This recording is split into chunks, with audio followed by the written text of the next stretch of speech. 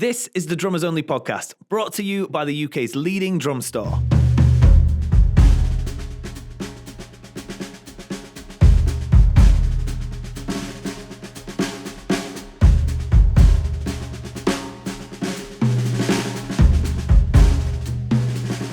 Well, okay, good evening, everyone. Afternoon, Drummers Only podcast, episode number 71. And we have a man here who's nothing short of legendary. It's the incredible Mr. Steve Smith. Steve, welcome. Good morning. Well, thank you, Chris. It's good to be here. It's a pleasure. For those of you that are new to drumming, perhaps, because it's the only way you're not going to really know who Steve is, I'm going to introduce a man that doesn't need an introduction, but Steve is one of the legends of the drumming industry. He started his career with Jean-Luc Ponty and has played, he was the drummer for Journey for a long, long time. He has his own jazz legacy project. He played with Hiromi, the Vital Tectones, and Vital Information, which is his own band that he's led now for 40 years. Congratulations on 40 years of running your own band. Yeah, thank you. Vital Information have just released a new record called Time Flies that Steve was kind enough to send to me ahead of today, and it's nothing short of sensational. Thank you for that. You're welcome. Shall we get into just talking about the record? Yeah, I guess to start with, it was in 1983. While I was still in Journey during the original incarnation of, let's say, the most potent version of Journey, I was in the band from 1978 until 1985. Okay. And during that time, we recorded essentially most of the hit songs that people know. Right. From Journey. We recorded a lot of other songs too, and quite a large body of work. And in those years, we played all kinds of music, whereas in later years, bands like Journey tend to focus on the hits because that's what people come to hear. But during that time, we were doing a tour, playing the music from the album we had just made, then making a new album, coming off the road for like 3 months, make a new album and go back on tour, and then play most of that music with a few tunes from the older record. So it was quite a living and breathing creative energy that was going on with that group. In 1983, while still a member of Journey, I got a record deal on Columbia Records because that was the label that Journey was signed to. Okay. And basically it was because Journey was very successful. Columbia Records wanted to keep all the members in the band happy. I wanted to do my own album. Sure. So I went and talked to the folks at the label. I had the Journey manager work out a deal for me. And that's how the recording career of Vital Information started. Right. But the actual concept and the group started really a long time before that, because that was 83. So 10 years before that, actually, like when I was in high school, I graduated high school in 1972. And then in June, and then in September 72, went to Berklee. Mm-hmm. And through that time, the early 70s, I was playing a lot with local jazz musicians. And I was very close friends with Tim Landers, great bass player, and David Wilczewski, a saxophone player. And we played gigs around Boston in big bands. We played small groups. We had our own band. And then when I ended up touring with Jean-Luc Ponty and Tim Landers ended up touring with Billy Cobham and Al Di Meola, David Wilczewski was working with Freddie Hubbard, we would get together once a year and play our own music. And we'd have Dean Brown play with us, or Daryl Sturmer, or Barry Finnerty, and Mike Stern is a person that we went to college with and who would play with us. So I actually had a group, had a bunch of music already. So by 83, when I got that record deal and made the very first Vital Information album, that's the music of this group that I had been playing with in a way since high school. Wow. And then we made immediately a second record. The first record is simply called Vital Information. The second record's called Orion. And then a couple of years later, then I left Journey actually and started playing with the group Steps Ahead, which was a very fortuitous situation for me in a way, to go right from the top of the rock world to the top of the jazz world, playing with Michael Brecker, Mike Stern, Mike Maneri, and Daryl Jones. That was a stroke of luck, being at the right place at the right time, but having the goods to bring it right to totally. the gig, you know, and just like a quick story of how I ended up getting that gig is I was doing a drum clinic with Peter Erskine and Lenny White. Oh, wow. And we were talking backstage, and Peter, who I had known since my high school years, he and I are the same age, but he was playing with Stan Kenton. That's right. Back then, and I used to go see him with Stan Kenton and absolutely fell in love with his drumming, and then went to a Stan Kenton workshop in 1973 that he was teaching at. So our history goes back quite a ways. And he told me he had left Steps Ahead.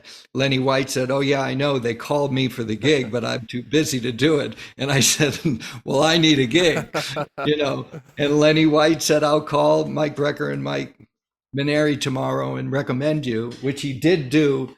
And then they called me the next day and asked me to come to New York and join the band, start Amazing. rehearsing. Not even an audition, just No audition. They were auditioning people at that time, and they hadn't found anyone they liked.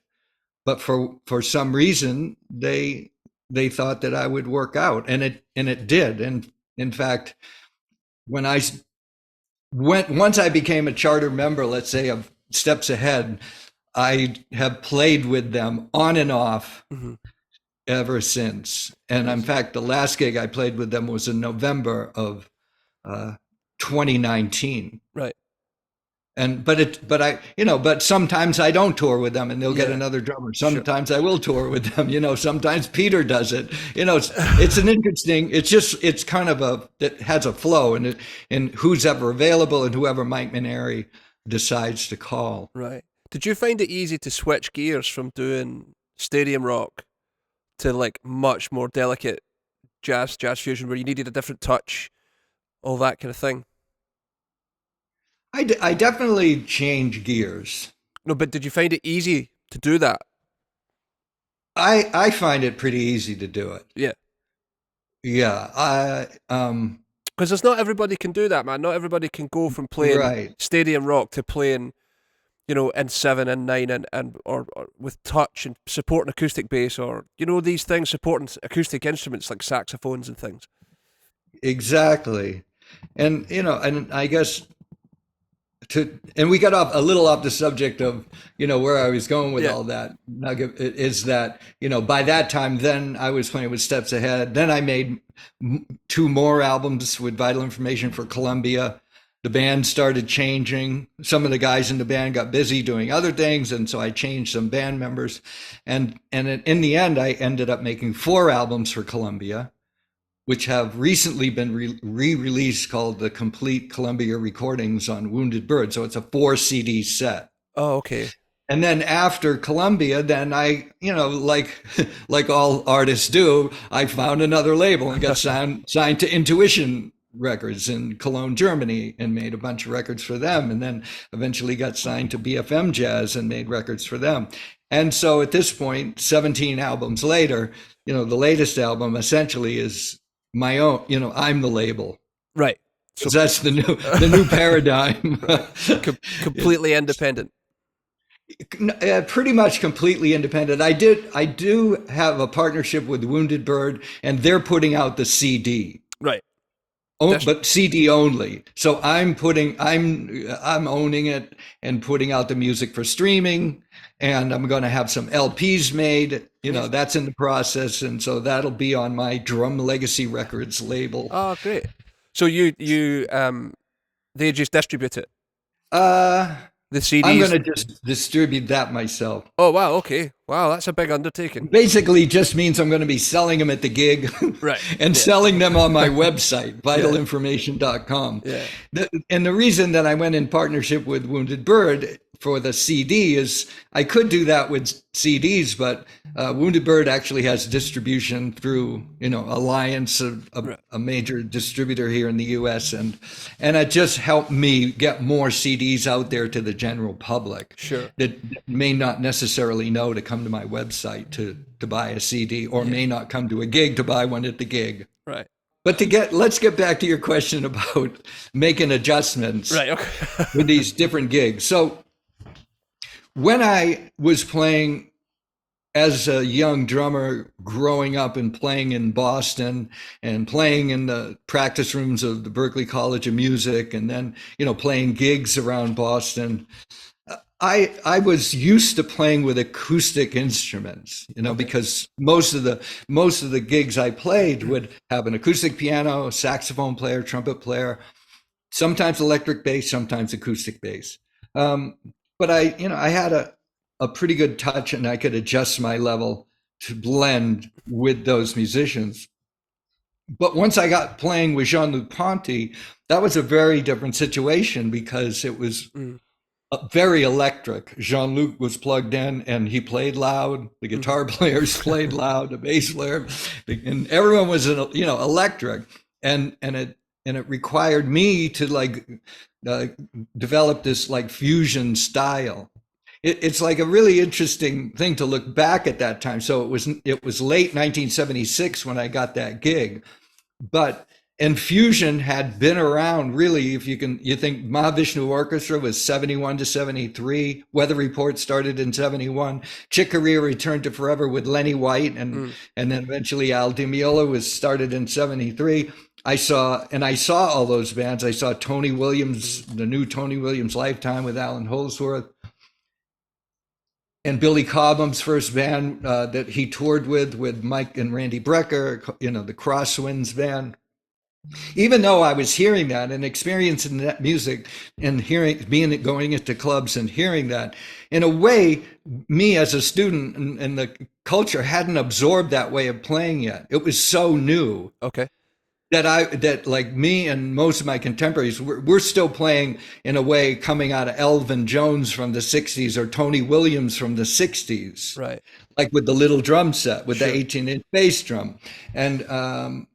And this more muscular fusion approach was exciting, but it was new. It was so new in a way that a lot of drummers hadn't caught up to it yet. And I was one of them. Now, I was able to play R&B and rock because I did a lot of gigs around Boston like that. I was able to play straight ahead. I could read music well. I could improvise. So when I did audition for Jean-Luc Ponty, I passed the audition, mainly because, I could play in odd times. He had me playing in 7 and 5. He had me read music that was pretty hard, and I could read it, and I passed the audition. But once I got on tour, that's when the learning started. And I had to play with this more muscular fusion approach. In 76, I had a small Gretsch drum set. And by January 77, Ponty asked me to buy a double bass kit that looked like a Cobham kit. He said, I want you to have a kit like Billy Cobham. So that's when I bought my first Sonor drum set, 2 24-inch bass drums, 3 rack toms, a 16 and 18-inch floor tom. And that's when I, really started developing this kind of jazz rock fusion sound. Mm-hmm. And it was fun, and I really enjoyed it, but it was a very different approach. So then I'm developing this sort of ability to play strong and get a very big sound playing in theaters. We were playing in theaters anywhere from 1,500 to 2,500 seats. Wow. And then eventually Ponty made a change and let me go. Let a couple of the guitar players go, and I was looking for work, so I moved to LA and auditioned for Ronnie Montrose and got a gig with Ronnie Montrose playing instrumental music. It wasn't his rock thing like with Sammy Hagar. It was like a Jeff Beck-ish thing. Right. And we ended up opening for Journey for a 3-month tour. So I was playing in the same way that I was playing with Jean-Luc with Ronnie Montrose, very similar. And the guys in Journey liked what they heard. And then at the end of that tour, which was in 1978, asked me to join the band. So that sounded really interesting. September 78, I moved to the San Francisco Bay Area and started playing with Journey. And then, in a way, further refining this big sound with a big double bass kit. And I felt like I had to play really loud all the time and play really hard. And it was like kind of a young person's way of approaching a gig like that. It just seemed like, I got to play loud and be massive. And the albums ended up, they stand the test of time and they sound good to me, and I can see the videos, but I was playing pretty hard, pretty loud. Then when I got to Steps Ahead in 1986, that's when I started to have trouble. Right. Okay. Because the wide range of dynamics that group played with, it was still, when they were rocking, like that incarnation of Steps Ahead was pretty strong with Daryl Jones on bass and Mike Stern and Mike Brecker playing the Iwi. Right. And they wanted me to have like a drum set with triggers. Oh, wow. Like if you saw the there's a very good video of Live in Tokyo 1986, and I have like a big refrigerator behind me full of like electronics, and my toms are triggering Simmons pads and Simmons, and that was the direction of that group.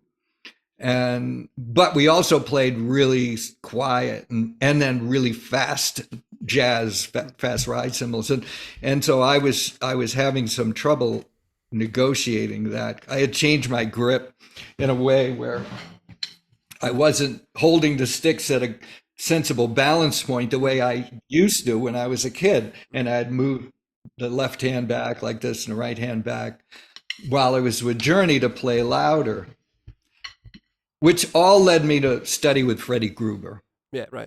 And that's in 1990 I ended up, through Peter Erskine and through Ian Wallace, they introduced me to Freddie Gruber, and that's when my technique went through a pretty big change, and I was able to then get a much better balance point, have a lot better technique, and then my range of dynamics changed radically, and my drum sound got even bigger than it was when I was playing loud. Right.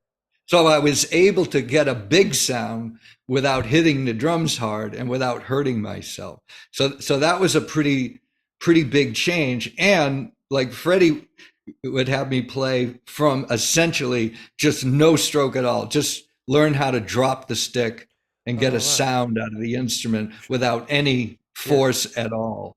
And so having that as like, triple pianissimo to, triple forte range with a lot of control is the secret in a way to being super comfortable in all aspects now. So now I can play at Birdland, with a saxophone player and an acoustic bass, like trio, sax, bass, and drums.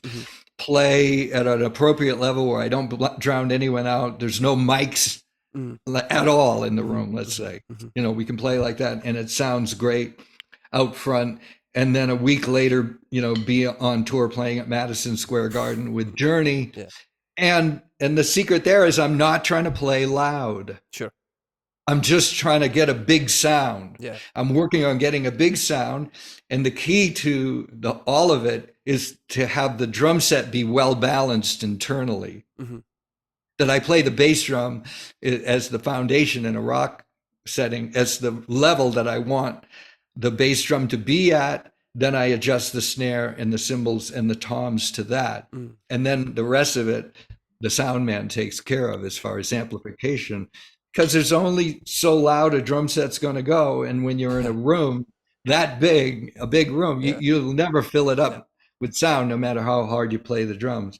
So conceptually is another thing that I know how to play in a rock situation. I know how to play in a jazz situation. So I'm not dealing with a conceptual issue. I'm just making sure dynamically my inner dynamics are balanced well, and that my overall dynamic is appropriate for the room that I'm playing in. Sure. There's a really great video on your YouTube channel with Vital Information playing "I Love You" in Oh, right. With Jeff Andrews, right? Yeah, in Bratislava. So if anybody wants to see Steve when he's gone through that transition, because the seat height has come up, your posture's totally different, but it's still absolutely killing. There's a really great drum solo up the top of the tune, and the drum sound is enormous, and it's in an open air theater.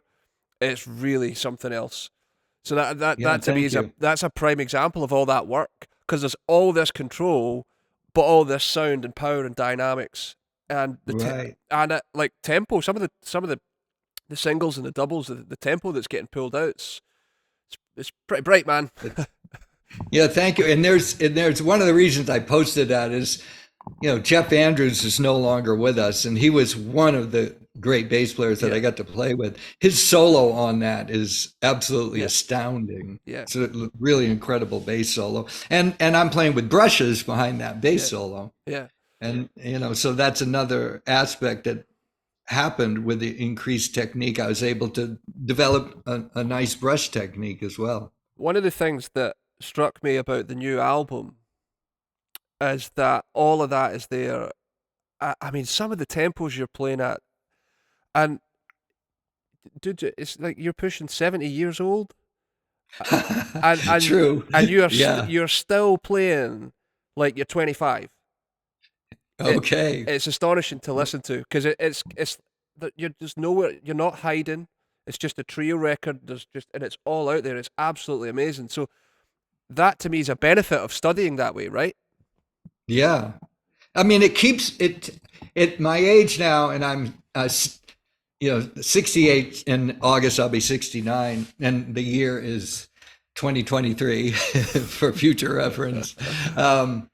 It takes me a little more maintenance than it used to keep up the chops. They diminish faster when I take time off. Sure. It's something I'm noticing. Okay. Now in the aging process. So, so I still put in time, and I have to, warm up and make sure that I'm plenty warmed up, which I've always done, but I do notice I'm a little more susceptible to losing some of that, like faster tempos, if I don't keep them up. I have, like, one of the things I do, let's say, if I'm off the road for a month or so, one of the things I like to do is, I play along with recordings. And and I would recommend for drummers, especially, keeping the ride cymbal tempo up to speed, which actually is about the hardest thing. Yeah, right. Really, but to get to my point is that I play to Giant Steps. Sure. I play to the John Coltrane song Giant Steps, the original recording with Art Taylor on drums. Yeah. So the tempo is very steady, and it's fast. It's not crazy fast, but it's fast, and it's a good tempo to keep your ride cymbal chops up with. Yeah, absolutely. I mean, it's kind of, I've got tons of questions that have kind of come off that, but the record itself, I really love it. It's really great. Great. Well, thank you. For those of you who don't know what it is, it's the new Vital Information record. It's called Time Flies, but it's a double disc. There's the Time Flies record, and then there's the second CD called A Prayer for the Generations, and they're wildly different records. The first one is a trio-based record with some guests, Mike Manieri on vibes and George Garzone on the tenor saxophone, but the second CD is a quartet-based record, and it's predominantly all improvised music. There's two tunes on it that were pre-written. There's the One Up, One Down tune, which is the opener, and the fourth of the Prayer for the Generations record is a Joe Zawinul tune. But outside of that, it's all this beautiful improvised music, and it's like two really contrasting records. It's tremendous. But there's so many things that really struck me about it. It's still playing with fire, man. Like, just so much fire in the music. Garzone and you, like, it's like you're boxing. You're playing each other. Do you know what I'm saying? Like, you're not Yeah. you're not shrinking away from any challenge. If he throws down, you're right behind him all the time. Right, the duet. There's a drum saxophone duet on What Is This Thing Called Love, and you can just hear each other. You're just pushing each other all the time. Yep. How is that to keep up, like, the improvising chops? Is that hard to keep maintenance on? That's a good question. And the majority of my practice is based around improvisation. Okay. So I work on technique and I work on vocabulary with the end result being that I can improvise. Sure. And that improvising takes the form of both time playing and in soloing. Oh, okay, cool. So they're very connected in a lot of ways, because in the kind of music that I'm recording with Vital Information and playing live with Vital Information, even the time playing is largely improvised. Okay. It's not like a pop song or going on tour with Journey where the song is composed and recorded and the drum part is pretty much fixed. Yeah. And I'm learning how to play. I got to relearn separate ways. It has this beat here and then it goes to the chorus here.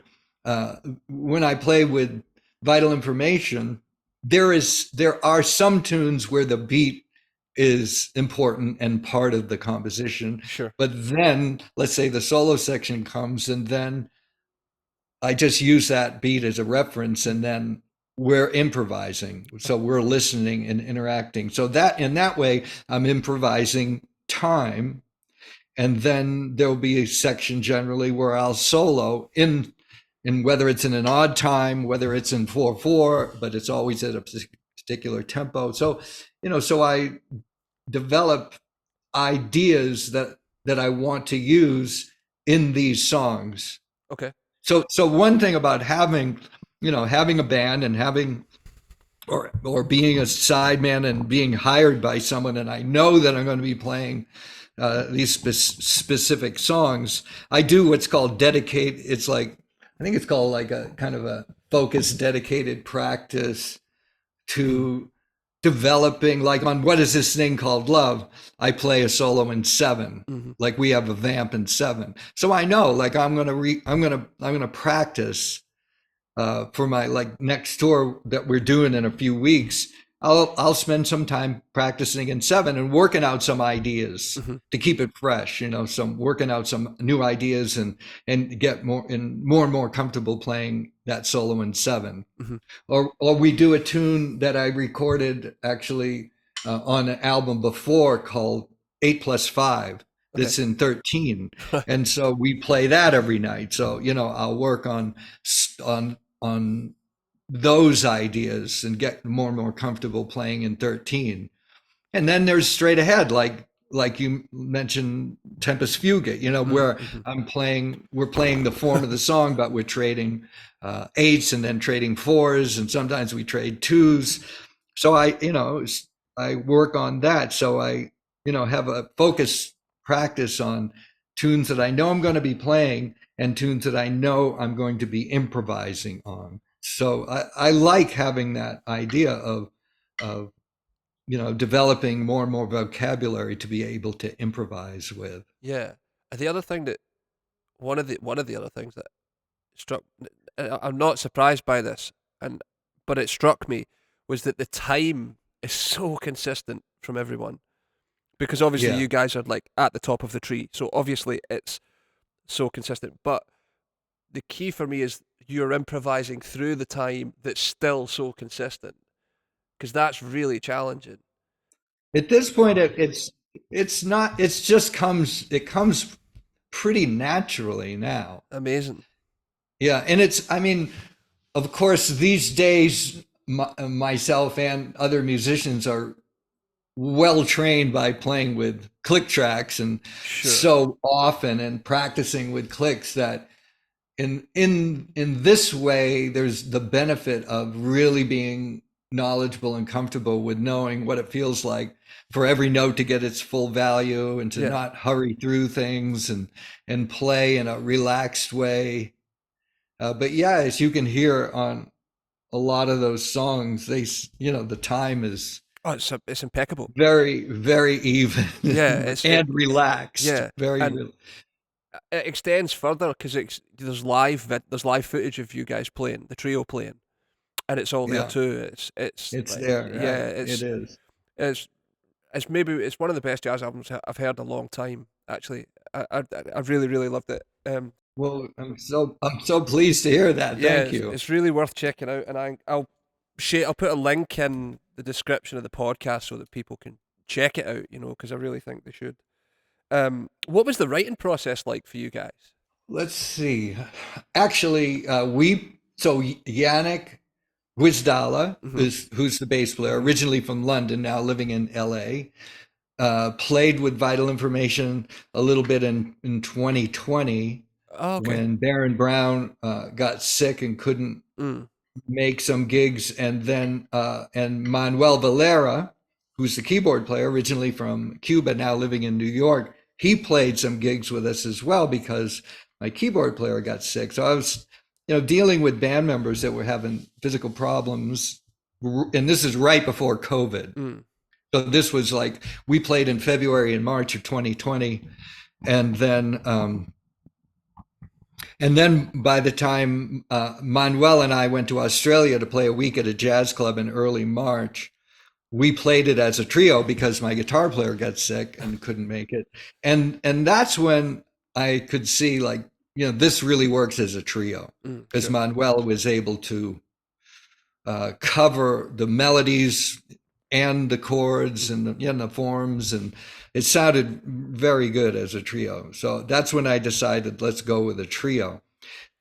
During that time, Manuel suggested playing certain tunes like Self-Portrait, which is a tune written by Mike Maneri that I had played with Steps Ahead. So we started playing that in Australia, and that sounded great. So we decided, let's record, that'll be something we'll record. Then we got together in New York and played some gigs at Birdland, and Manuel and I had played separately from Vital Information. We did a week at Birdland doing a Bud Powell tribute, and that's when we played Tempest Fugit with Lonnie Plaxico playing upright bass, and we played Un Poco Loco. And out of that, we decided that we loved playing those tunes, and Manuel came up with some very unique arrangements, especially Un Poco Loco, that then we tried with Vital Information that sounded great. So that's, where that music came from. He arranged, he really came up with the majority of the arrangements and the compositions, and he came up with Ugly Beauty, an arrangement in 5 for Ugly Beauty. The two of us, Manuel and I, came up with the tune called Choreography in 6. And using a writing technique that I've used with Vital Information a lot is I come up with like a whole drum track, ideas that I have, and then I sent it to him, and he played around with it and came up with ideas on top of that. Then we got together at a rehearsal studio in New York and refined it. Right. And came up with even more parts. And so that's a co-composition, which is a very interesting composition. Yeah, it's great. It's got a lot of facets to it. Emergence, that was, Manuel came up with that, and just in answer to my idea of, I want to do something kind of Tony Williams-ish, like he played on the Emergency record. Okay. And he goes, okay, I got an idea. And that's how the idea, let's call it Emergence, which is kind of nice because it's the first tune on the record and it's the emergence of this brand new trio. Sure. But I'm definitely referencing what I heard Tony Williams play, not so much on Emergency, but more on the Believe It album, more. Yeah. And then when I saw him play live, he was playing some of the ideas that I play on that. So, Manuel really came up with a lot of the music, and then we got together and rehearsed and we played some gigs. And I really loved this tune that Yannick wrote, Erdnas, and he recorded that on one of his solo records. And so we played that live on the gigs, and I thought it sounded very nice. And then we recorded that as well. And one of the things I did on that song and some of the others is I've been using a gong in my setup, as you can see here.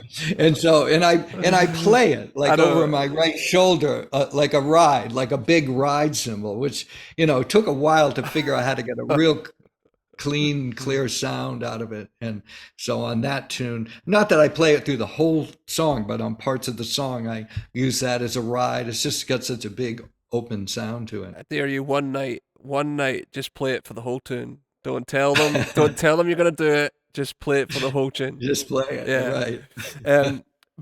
Because the second disc is all collective improv, right? Yeah, the first tune, like you mentioned, is a Coltrane tune called One Down, One Up. And that George recommended, let's just play that tune. I've been working on it. We all knew it, so we just counted it off and played it.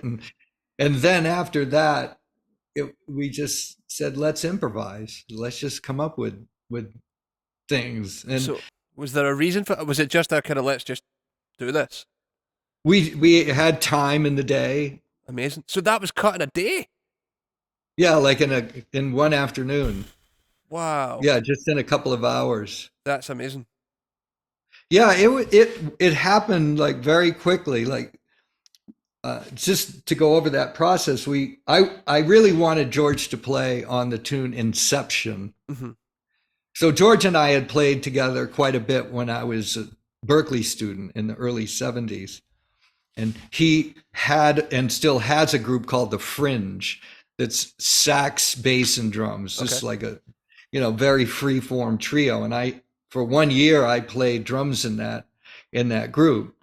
And we played in other, we played weddings and commercial gigs together as well. But I stayed in touch with him, a little bit over the years, and not a lot, but he's such a great sax player, and he's like a sax guru that's taught many of the young sax players that are on the scene today, like Donnie McCaslin. And as for one, I can remember that he said he studied with George, but there's lots of them.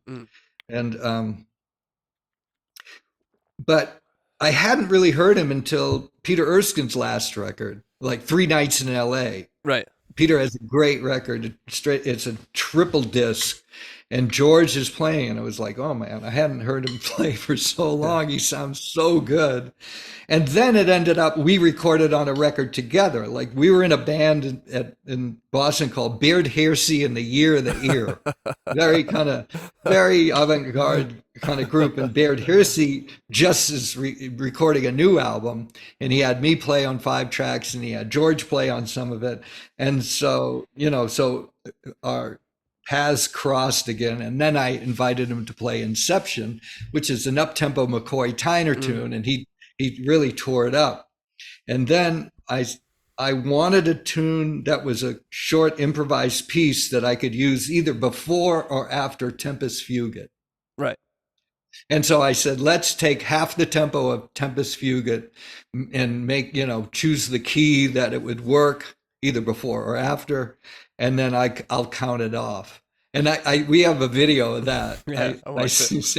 Yeah, and that in 2 minutes and 40 seconds we improvised this great little piece of music. Yeah.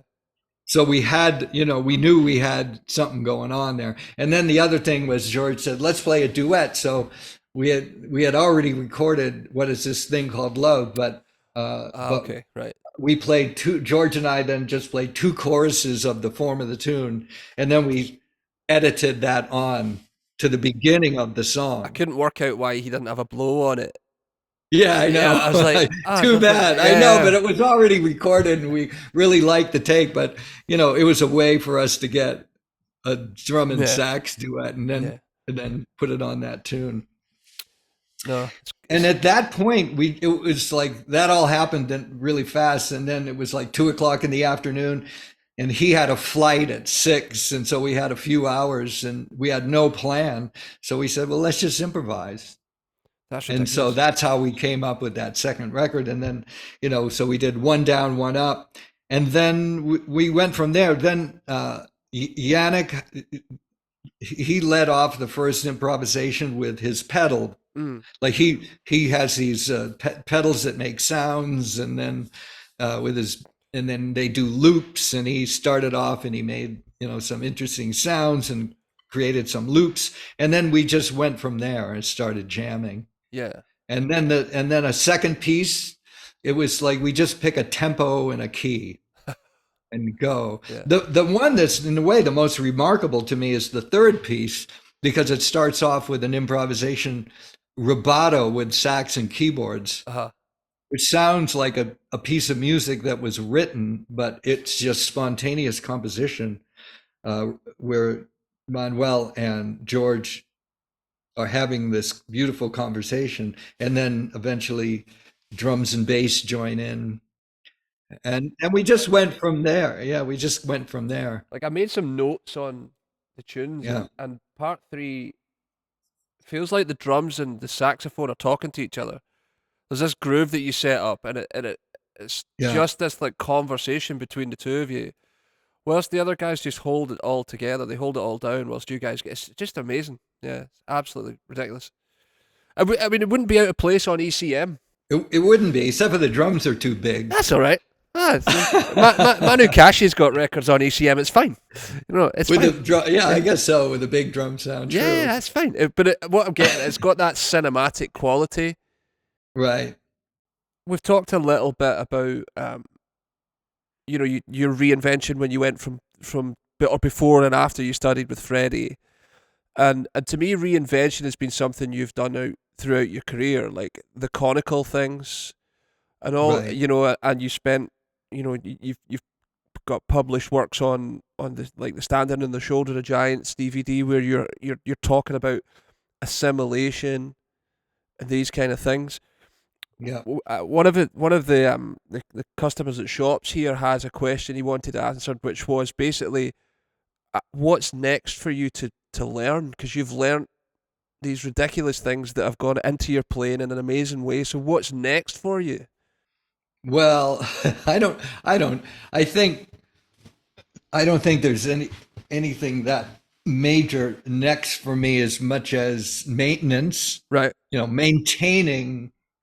Maintaining my abilities is not that easy, actually. Oh, okay. Because of the aging process, and they're for me to play what I like to play and want to play, it does require a lot of chops and finesse and touch and technique, and so to keep that maintained takes time.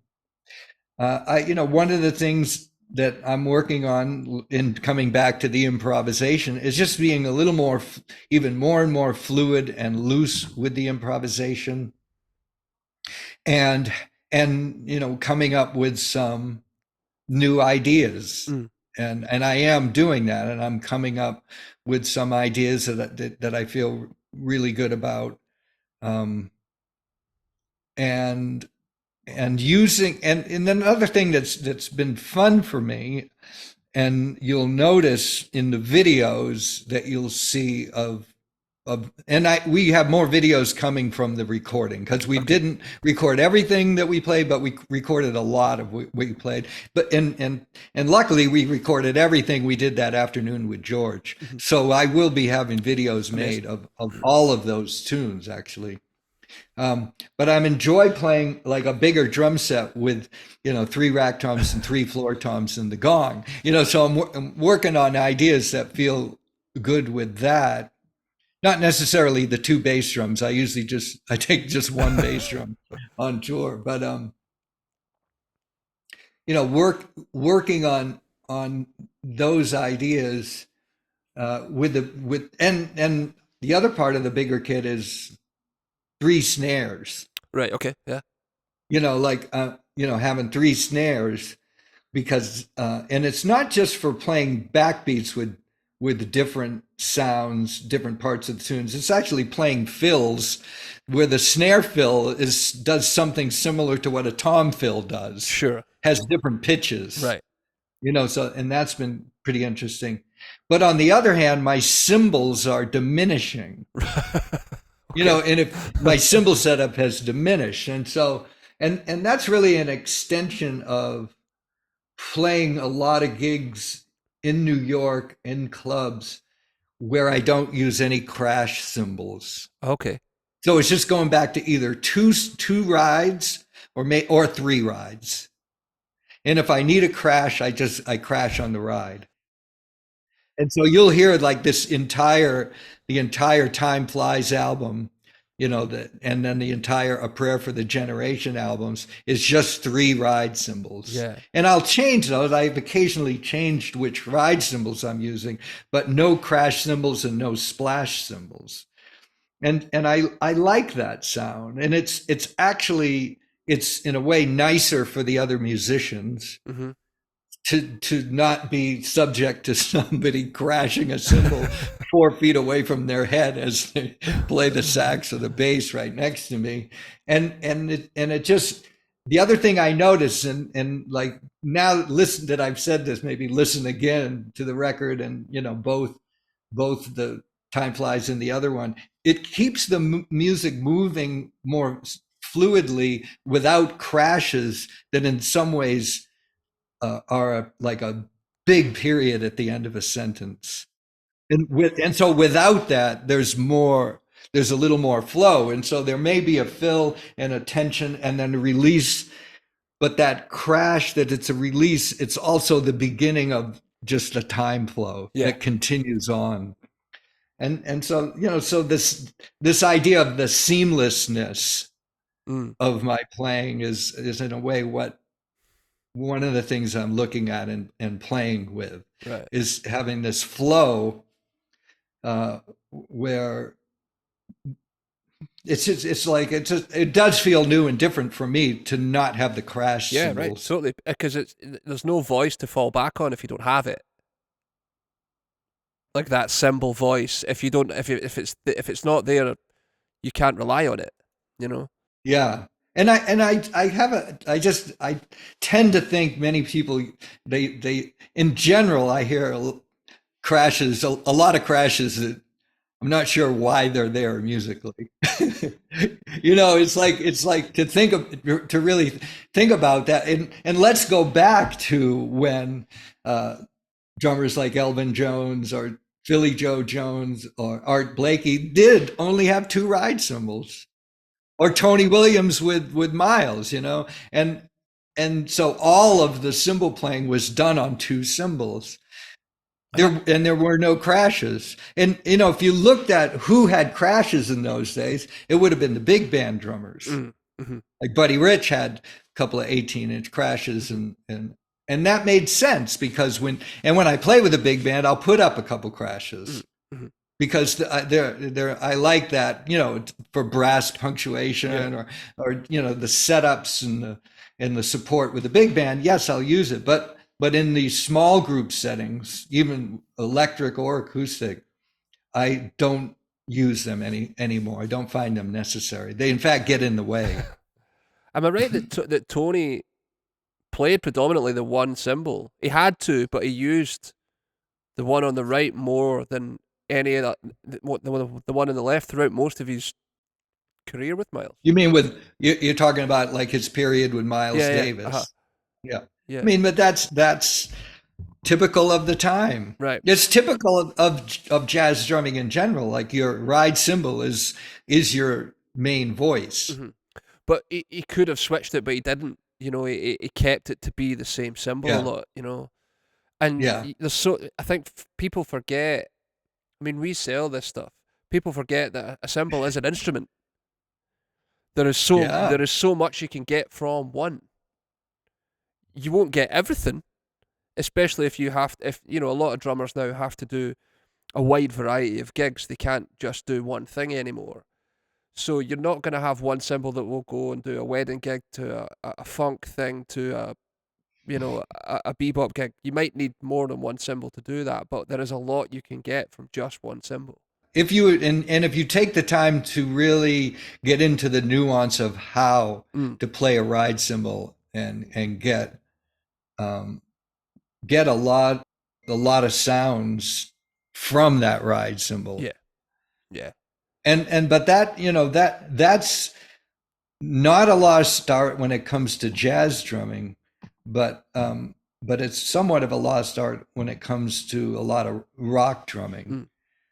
Because I'd say, okay, so I would say like the rock drummers of the 60s, like Mitch Mitchell and Ginger Baker and John Bonham, you know, they came out of jazz and they came out of blues playing. So they came out of, in a way, a jazz background.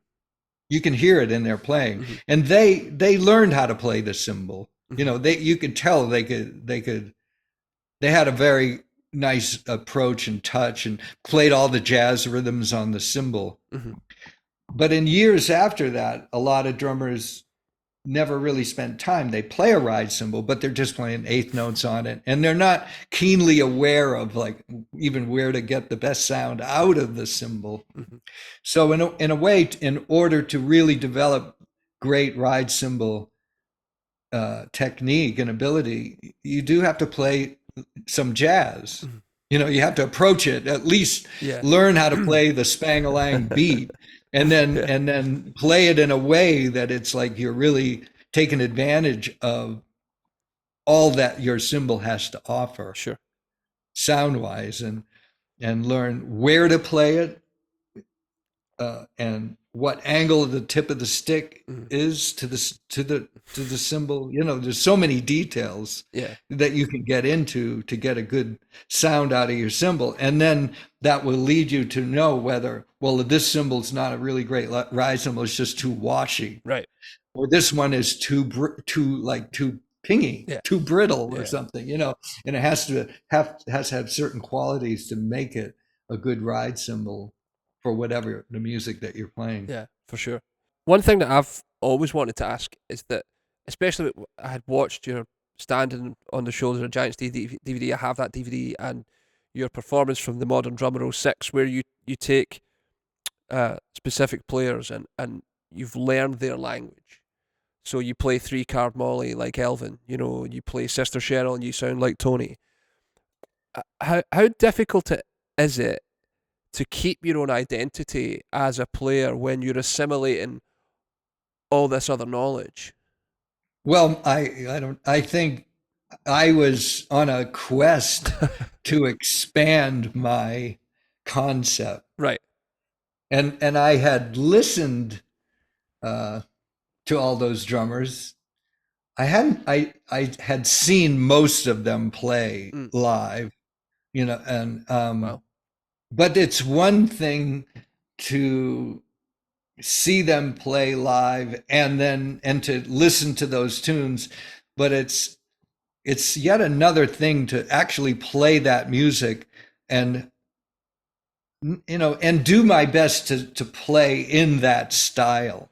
Absolutely. It's, you know, and I feel, you know, fortunate that I've had the ability to do that. And in a way it started with when I would play with the Buddy Rich Big Band. Okay. And we did more than like what people know, like that, you know, there's these concert videos where I'd play like 2 or 3 songs and then somebody else would play 2 or 3 songs. Well, actually, for a while, Dave Weckl and I actually went on tour with the Buddy Rich band in the Greyhound bus, Wow. and we played gigs, and he'd play a set and I'd play a set, and so at that time, we were playing a lot of tunes, and really getting into that music. So, and not that I was trying to play it like Buddy Rich, no, but it was a fascinating experience of hearing the songs on the record, and then figuring out how to convincingly play the music so the band sounded good. Right. And that's what I eventually came away with. It's like it's not about trying to sound like Buddy Rich, really. It's how do I play and so the band sounds great? How do I play these arrangements? And I learned a lot playing them, because even listening to Buddy's versions and then seeing the actual charts, I found that there were a lot of discrepancies between what was written and what was played and recorded on the album. Okay. And so sometimes figures that were written into the chart, Buddy didn't play them the way they were written. So the whole band played them where he wanted them played. The whole band moved. And so if you came into that situation only using the recording as a reference, you'd be off from the band. Yeah. So, so I read music. So, so some of those we adjusted back to what the original arranger wanted. Right. And so that was interesting. So I really got inside of like, how do I play these arrangements so the band sounds great? Mm-hmm. And so that then it's like, in a way, I can relax from trying to be Buddy Rich, because that's impossible. No, of course. And so it's just a matter of being a good big band drummer at that point. And so it took that approach, really playing like Sister Cheryl and trying to play somewhat in the style of Tony Williams, but also just playing that tune and having that tune feel great, and 3-Card Molly, or Two Bass Hit that Philly Joe Jones recorded with Miles Davis. So it was challenging, and it was very educational to learn all of that music and learn what Art Blakey played on A Night in Tunisia, for instance. Yeah. And a lot. And so one of the things I would do is I transcribed what Art Blakey played on a drum solo at the beginning of A Night in Tunisia. And he did such a beautiful drum solo that I just learned it verbatim. Mm-hmm. Mm-hmm. And that was one thing that I learned in the process of learning Indian music. Like with Indian drumming, a lot of times you learn compositions verbatim, like they're fixed compositions. And I hadn't done that with jazz, but since my mind was like already into this mode of I do that with Indian music, why don't I do that with jazz? So I transcribed the intro to one of the versions of Night in Tunisia that Art Blakey played, and I learned it note for note like an Indian drum solo. Right. And I actually did the same thing for a Joe Dukes tune called Soulful Drums. That's right. With a very slow piece. And Joe Dukes did this incredible improvisation that was it was like a beautiful composition with a ton of space in it. Mm-hmm. And again, I transcribed it and memorized it just because I thought it was so cool. And then that increases my vocabulary. And then we toured, like that band toured. We went all over the USA. We went to Europe. We went to Russia. We did a lot of touring. So I got to play that music a lot. So I don't lose my identity in that. I expand my identity. In the end, it expands my vocabulary. And that's what I was trying to get at, because that was the amazing thing. If you watch or you listen to like the Walt Whitescoff tune you played, Insubordination, it's just, it doesn't sound like anybody except you. Yet you've digested all this other information that you're then playing back. It's a really fascinating thing to me, because you didn't lose it. And that's what I'm trying to get at, is like, how do you keep it, even though you're learning to play all these things? And I guess it's no different from classical musicians learning to play classical music. but it's fascinating when you're improvising. You still sound like you, even though you're spending all this time assimilating all this information, you know? I think we can't help but sound like ourselves. Sure. You know, I think it's such a natural thing that we are, you know, even if you try to sound like somebody else, you're not really going to sound like them. You are going to sound like yourself. I think that's the way that, I don't know if you agree with this or not, but drum sounds are becoming so much more homogenized now, especially outside of jazz music, that people don't have a sound in the way that you do, the way that Dave Weckl does, the way that Vinny does, where you hear your snare drum and like, oh, that's Steve's playing. Like straight away, like the language, the sound, do you know what I mean? But if you listen to popular music, I don't think I could pick a drummer out of lineup from popular music now. Yeah, I don't know, you know, like when you say popular music, like pop tunes where where the sounds can be, for a lot of times, just like computer sounds. Yeah, but like guys of the 90s, samples or something. Guys of the 90s all have a sound. Like I was born in the 80s, so the 90s music was popular to me. I can hear Jimmy Chamberlain or Matt Cameron. I can hear these guys right away because they had a sound, you know. And people were using real drum sounds. Sure. Real drum sounds were being recorded. Mm-hmm. And maybe there's less of that now. Maybe. It's a funny thing. Yeah. It's a funny thing. I don't know. Talking of drum sounds, how many? 45 years with Sonor? Yes. That's rare. It is, I know. That's really rare. What drew you to Sonor?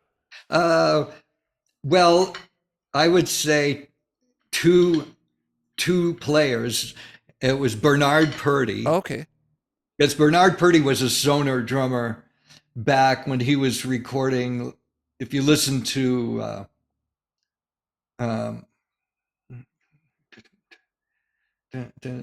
Rock Steady. Okay. There's an Aretha Franklin song, Rock Steady. Okay. That's really an amazingly great groove and a good drum sound. And it's Bernard Purdie playing on a small Sonor kit with an 18-inch bass drum, and just the way he plays it and has it tuned. And I knew that he was playing Sonor. And then I saw him do a drum clinic in Boston when I was a student at Berklee. And, you know, he's a good salesman. And he was just, you know, talking up those Sonor drums and playing so groovy. And so I filed it away. Wow. Like, you know, my next kit, I think I'll get a Sonor kit. And then Jack DeJohnette was playing Sonor drums. And of course, one of my favorite drummers also, you know, and I was listening to him a lot in those years on the ECM records and different albums that he had been recording. So when it came time to buy that big double bass kit that Jean-Luc Ponty wanted me to buy, I decided I'm going to buy a Sonor kit. So that got me started. And then eventually, I bought this kit, you know, this little kit with it's so nice, man. With the 18-inch bass drum. Oh, look at that. Beautiful. And that was used. I bought that used. So it's, you know, it's a beautiful older kit. And then eventually I went to Germany when Journey did a tour of Germany or Europe. We went to Germany, and then I was able to go to the Sonor factory and meet Horslink and Alverlink. No way. And that's when I became an endorser, you know, at that point, after I had bought a few kits and really just knew that I liked those drums a lot. And then I've stuck with them ever since. They say that once you arrive at Sonor, that's kind of you, right? You're kind of not going anywhere else. Like Sonor guys are Sonor guys for life. Not always, but a lot of that is true. Yeah. So what kept you there? Just the sound? Yeah, I started to identify myself that sound really feels like my sound.